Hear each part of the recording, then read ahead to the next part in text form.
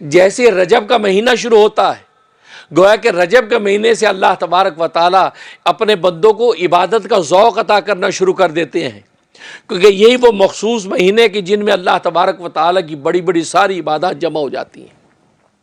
تبھی تو حدیث میں آتا ہے کہ رجب شہر اللہ، رجب اللہ کا مہینہ ہے، وہ شعبان الشہری، شعبان فرمایا میرا مہینہ ہے، وہ رمضان الشہر امتی، اور رمضان میری امت کا مہینہ ہے۔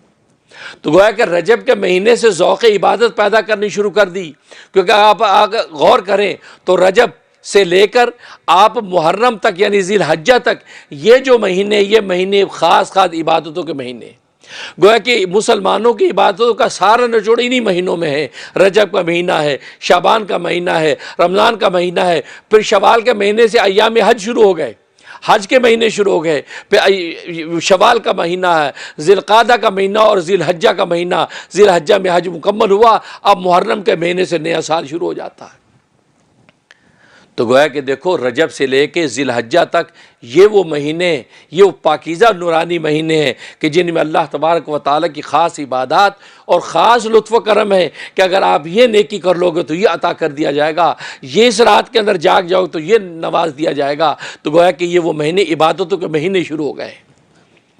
اس لیے رجب کے مہینے میں ایک رات ایسی رکھ دی کہ جس کی وجہ سے پتہ چلتا ہے کہ رجب کو اللہ نے شہر اللہ کیوں کہا، اللہ کا مہینہ کیوں کہا، کیونکہ اس میں لیلۃ المعراج رکھ دی، اسراء و معراج کی رات وہ اس کے اندر رکھ دی گئی ہے، اس لیے کہ وہ اللہ کا مہینہ اور اللہ نے اپنی خاص خاص نشانی اپنے محبوب کو اس مہینے میں دکھائی، اور اس ایک رات کی وجہ سے پورے رجب کے مہینے کو اللہ نے فضیلت عطا فرما دی۔ ویسے تو جو دعائیں وظائف میں بتایا کرتا ہوں اس کی عمومی اجازت ہوتی ہے، اسپیسیفک کسی ایک کو اجازت دینا ضروری، کسی ایک کو دے بھی دی تو آپ جو جتنے بھی لوگ سنتے ہیں تو میری طرف سے سب کو دلی اجازت ہوتی ہے، وہ میرے جو وظائف کر سکتے ہیں، اگر وہ سیم ان کا مسئلہ ہے تو بالکل کر سکتے ہیں۔ خیر ہے کہ اللہ کا نام اور اللہ کا کام ہی سب کچھ ہے، اس کائنات کی جان اللہ کا نام اور اللہ کا کام ہے، سبحان اللہ۔ اور یہ اللہ کا کلام تو ہم نے پورا کیا اور اب اللہ کے نام پہ آ گئے، سبحان اللہ۔ اور نام کی طاقت یہ ہے کہ بس نام لیتے لیتے دنیا سے چلے جائیں تو آگے کام بن جاتا ہے۔ سبحان اللہ۔ تو اس لیے جو ہے سوچا کہ اسماء حسنہ، اور خود قرآن کریم میں اللہ تبارک و تعالی نے فرمایا ہے کہ قل ادعوا اللہ عبد الرحمن ایما تدعوا فلہ الاسماء الحسنى، کہ پیغمبر ان کو کہہ دیجئے اللہ کو اللہ کہہ کے پکاریں یا رحمان کہہ کے پکاریں، یہ سارے اچھے اچھے نام اس اللہ ہی کے ہیں، اللہ جیسے چاہے پکارو، یا اللہ کو، یا رحمان کو، یا رحیم کو، یا رؤوف، یا کریم، جس طرح پکارو گے، فرمایا یہ خوبصورت حسین سارے نام جو ہے اسی اللہ کے ہیں جو اللہ سب کچھ دیتا ہے۔ سبحان اللہ۔ تو یہ اس سے پھر خیال آیا کہ اسماء حسنہ پر گفتگو کروں، تو لہذا آج ہم اللہ کا جو پہلا نام یعنی خود اللہ، جو اللہ کا ذاتی نام، اس سے ہم شروع کریں گے۔ سبحان اللہ۔ اللہ جو ہے اس مالک اور خالق کا نام ہے جس نے کائنات کو بنایا، کائنات کے مالک اور خالق اور رازق کا نام جو ہے اللہ ہے، اور اللہ جو ہے اللہ تبارک و تعالیٰ کا ذاتی نام ہے۔ باقی جتنے نام ہیں وہ صفاتی نام ہیں، کسی نہ کسی وصف پر دلالت کرتے ہیں، لیکن لفظ اللہ جو ہے یہ اللہ تبارک و تعالیٰ کا ذاتی نام ہے۔ اور مفسرین نے لکھا ہے کہ تمام اسماء حسنہ میں سب سے اعلیٰ اور افضل ترین نام جو ہے وہ اللہ ہے۔ اچھا، ہاں، کیونکہ ظاہر ہے اللہ کا ذاتی نام ہے، ذاتی نام۔ اس لیے علماء فرماتے ہیں کہ یہ علیہ یعلو سے مشتق ہے۔ علیہ یعلو کو من عطا کرنا، اچھا، تو اللہ کو بھی اللہ اس لیے کہتے ہیں کہ وہ عطا کرتا ہے، سبحان اللہ۔ تو عطا بلکہ عطا کرتا ہی اللہ ہے، تو عطا کرنے والی ذات کو اللہ کہا جاتا ہے، اس لیے جو ہے وہ یہ اللہ جو ہے اس ذات کا نام جو ساری کائنات کو عطا کرتا ہے۔ اور یہ نام ایسا مبارک نام ہے کہ اس وقت بھی تھا جب کائنات میں کچھ نہیں تھا، سبحان اللہ۔ اور اس وقت بھی ہوگا جب کائنات میں کچھ نہیں ہوگا، سبحان اللہ۔ بلکہ جب تک یہ نام اس کائنات میں گونجتا رہے گا تو اللہ تبارک و تعالیٰ آسمان و زمین کی کائنات کو قائم رکھیں گے۔ اس لیے حدیث میں فرمایا کہ لا تقوم الساعة حتى يقال في الارض اللہ اللہ، کہ اس روئے زمین پر قیامت برپا نہیں ہوگی جب تک کہ اس زمین پر اللہ اللہ کہا جاتا رہے گا۔ سبحان اللہ۔ یعنی اس میں بھی کسی عبادت کا ذکر نہیں کیا کہ نماز پڑھتے ہوں گے لوگ، روزے رکھتے ہوں گے، زکوٰۃ، بلکہ اللہ اللہ اللہ، بس اللہ اللہ کا ذکر بھی اگر ہوتا رہے گا تو اس نام میں اتنی طاقت اور تاب ہے کہ آسمان و زمین کو تھامے رکھے گا۔ سبحان اللہ۔ اور اگر اللہ کی اس حکم کی اطاعت ہوتی رہے تو پھر تو قیامت کا سوال ہی نہیں ہے۔ تو اس نام میں اتنی طاقت ہے کہ کائنات اس نے تھام رکھا ہے۔ تو اللہ جو ہے اللہ کے تمام ناموں میں جو مشہور نام 99 نام ہیں، ورنہ مفسرین نے چنانچہ علامہ سیوطی رحمۃ اللہ علیہ نے ایک روایت کے مطابق 5000 نام شمار کیے ہیں، 5000 بعض مفسرین نے 35000 نام شمار کیے ہیں، کیونکہ اللہ کے صفاتی نام بہت ہیں کہ جتنے دنیا میں اوصاف بن سکتے ہیں سارے وصف اللہ کے ہیں۔ تو اللہ جو ہے، اور اللہ امام سیوی رحمۃ اللہ علیہ کا قول یہ کہ لفظ اللہ اس میں جامد ہے، نہ کسی سے بنا نہ اسے کچھ بنتا ہے۔ لم یلد و لم یولد کی جو شان ہے گویا کہ وہی شان اللہ کے اس نام کی بھی ہے، گویا کہ نہ یہ جامد ہے، نہ اس سے کچھ بنا نہ یہ کسی سے بنا، تو گویا یہ ان کا یہ اپنا ایک ان کا مزاج، ایک ذوق۔ تو لفظ اللہ جو ہے یہ وہ یہ اللہ کا ایک ذاتی نام، اور اس کو ادا کرنا، اس کو جو ہے جب زبان سے لیں تو اس کے بارے میں مفسرین نے لکھا ہے کہ اس کا ادب یہ ہے کہ اللہ کے ساتھ کوئی جو ہے وہ تکریم کا جملہ لگانا چاہیے، یا جیسے تعالی، اللہ تعالیٰ نے فرمایا، یا تبارک و تعالی، اللہ تبارک و تعالیٰ کا ارشاد ہے، یا اللہ جل جلالہ کہنا چاہیے، یا اللہ جل شانہ نے یہ ارشاد فرمایا۔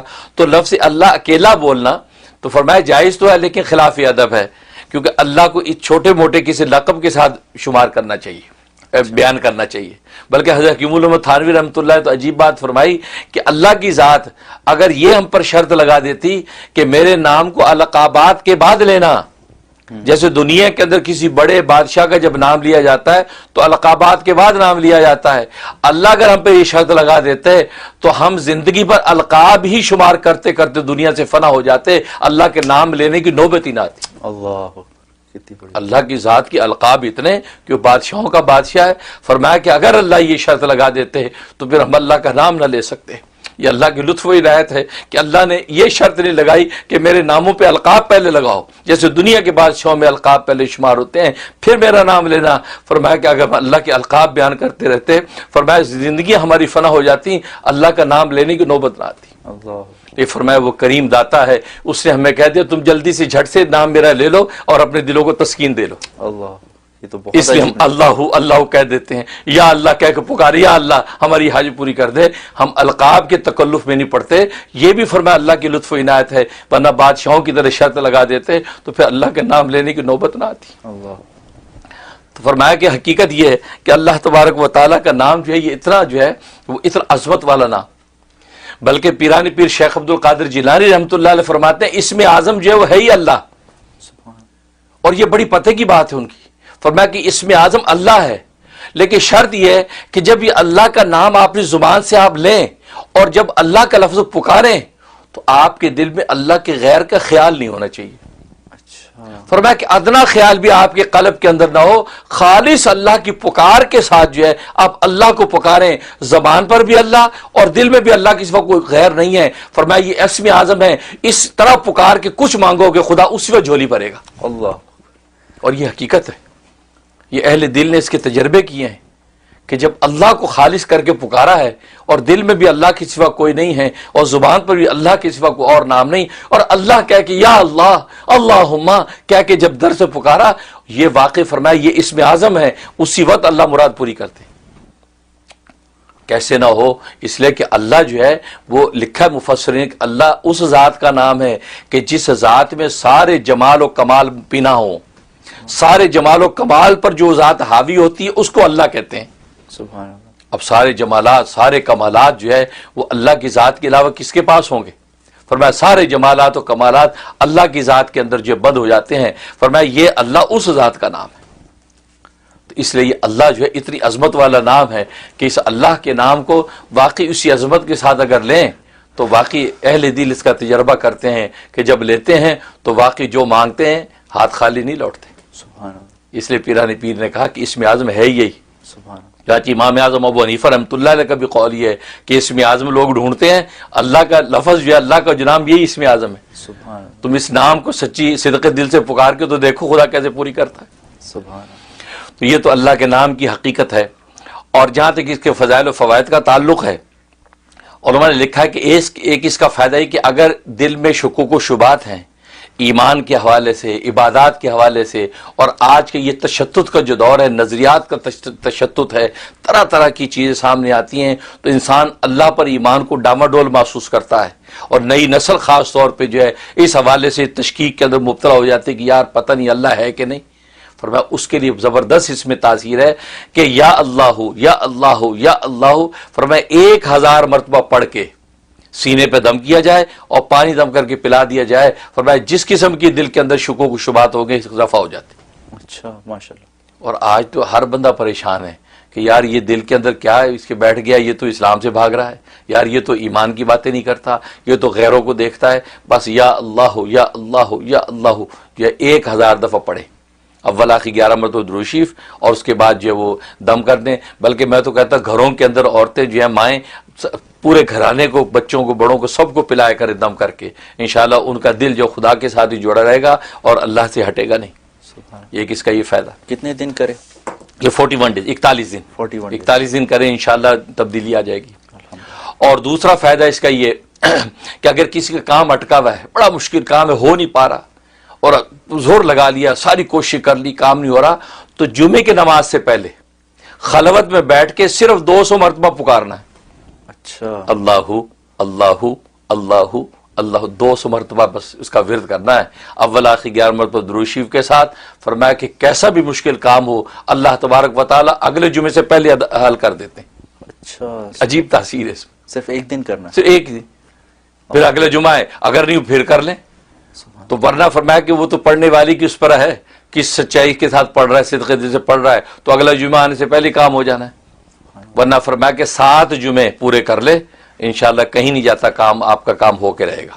سبحان اللہ۔ یہ جمعے کی نماز سے پہلے، خواتین جمعہ نماز نہیں پڑھتی، گھر میں ہوتی ہیں، تو دیکھ لیں کہ جب وہ لوکل مسجد میں جمعے کی نماز کب ہے جی، 1:30 بجے مثلا جماعت ہے، بس اس سے پہلے پہلے وہ 1 بجے بیٹھ کے گھر میں پڑھ لیں، 12:30 بجے، تو اس سے پہلے پہلے پڑھ لیں خلوت میں بیٹھ کے یکسوئی کے ساتھ، انشاءاللہ بہت زبردست عمل ہے۔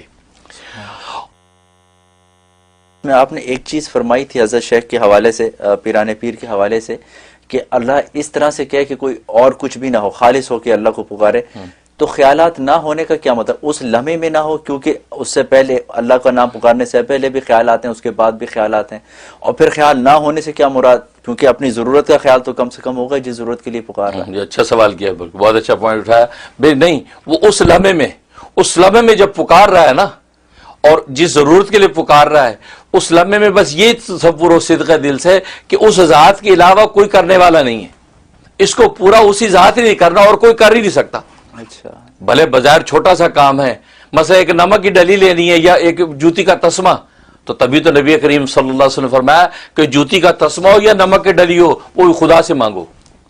حالانکہ نمک کی ڈلی پڑوسی دے دے گا آپ کو، تسمہ دکان سے آپ کو مل جائے گا، لیکن فرمایا اللہ سے مانگو۔ اس کا مطلب یہ کہ وہ جو بھی چیز آپ مانگ رہے ہیں، اس لمحے میں آپ یہ تصور باندھ کے مانگے کہ اس خدا کے علاوہ اور اس کو جو حل کرنے والا نہیں، اے اللہ خالص ساری کی ساری ہے، ایاک نعبد و ایاک نستعین، تجھی ہی سے ہم مدد مانگتے ہیں، اس شان کے ساتھ ہاتھ اٹھائے گا، اللہ تبارک و تعالی اس میں اعظم کی طاقت پیدا کر کے عطا کر دیں۔ سبحان اللہ، یہ مطلب اچھا، ماشاءاللہ، جزاک اللہ۔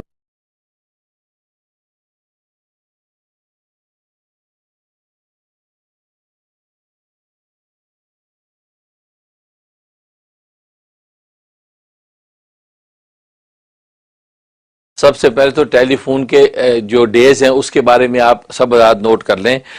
پہلے میں نے بدھ اور جمعرات یہ 2 دن ٹیلی فون کے رکھے ہوئے تھے، نیو یارک کے ٹائم کے حساب سے 12 بجے سے 4 بجے تک۔ اب یہ چونکہ میرے پروگرام کے ٹی وی کے مشاغل کی وجہ سے میں نے وہ ڈیز چینج کر دیے ہیں۔ اب منڈے اور وینسڈے یہ 2 دن ٹیلی فون کے ہیں۔ منڈے کو فون کر سکتے ہیں آپ 12 بجے سے لے کے 4 بجے تک نیو یارک کے ٹائم کے حساب سے، اسی طریقے سے یا وینسڈے کو کال کر سکتے ہیں 12 بجے سے 4 بجے تک۔ اب جو تھرسڈے کا ٹائم دیا ہوا تھا وہ اب فی الحال ہم نے پوسٹ پون کر دیا، کیونکہ تھرسڈے میں دیگر اور مشغولیات ہو گئی ہیں، کیونکہ آپ جانتے ہیں کہ تھرسڈے سے میری فہم دین کورس شروع ہو جاتا ہے، تو تھرسڈے، فرائیڈے، سیٹرڈے، سنڈے یہ مسلسل پروگراموں میں چلتے ہیں۔